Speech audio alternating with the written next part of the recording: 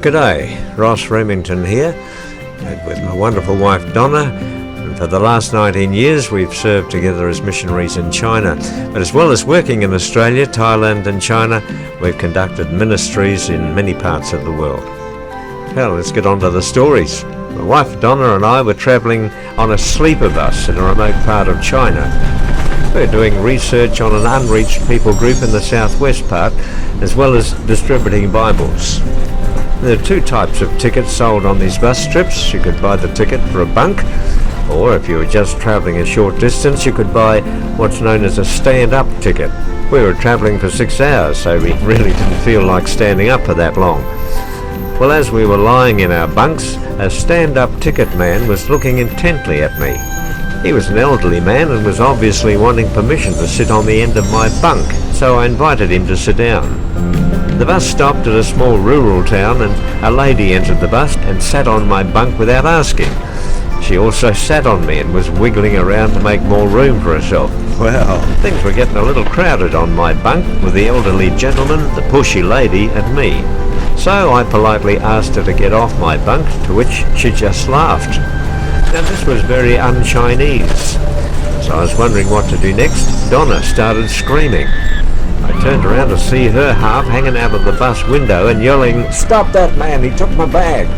Apparently someone had reached in the window and grabbed the bag that contained our passports, some of our money and our credit cards.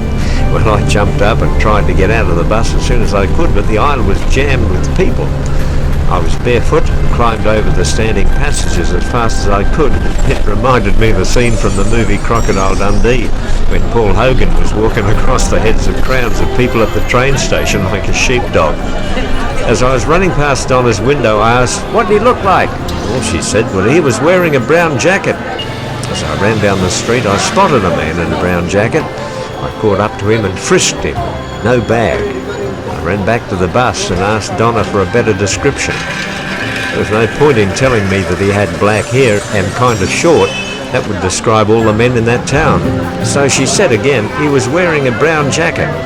Well, there's no one wearing a brown jacket that I could see except the man I chased. So I ran after him again, frisked him again, and still no bag. As I was walking back to the bus, several policemen were walking my way and asked if I'd found the thief. I said I wasn't sure, but that guy up the road was the only one who fit the description my wife gave. So they ran off and came back a few minutes later, dragging Mr. Brown Jacket. He had a few bruises, bumps and lacerations by this time, and I remember thinking, I sure hope he is the guy.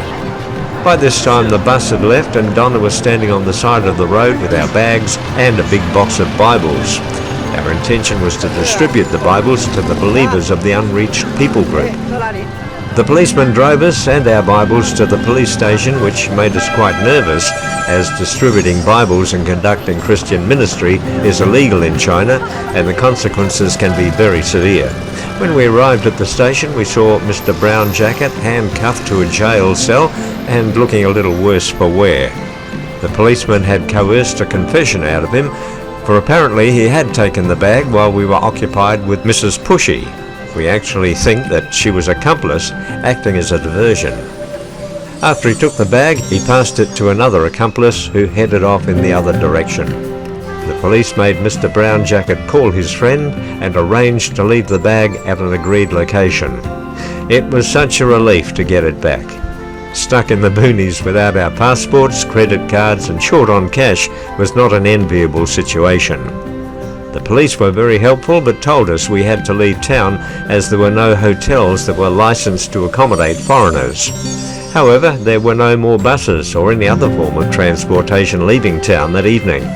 Finally, they agreed to drive Donna, me, our bags and the large box of Bibles several hours to the next town. Fortunately, they weren't aware of the contents of the box.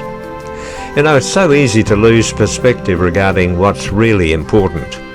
We were very anxious about losing our passports, credit cards and money, when in fact the most valuable items were the Bibles that we were going to distribute to local believers. Losing the personal items would have made life very difficult for us, but losing the Bibles would have robbed our local friends of having God's Word in their own language. As Matthew 6 verse 33 says, "Seek first his kingdom and his righteousness, and all these things will be given to you as well." Stephen Covey said, "Anything less than a conscious commitment to the important is an unconscious commitment to the unimportant."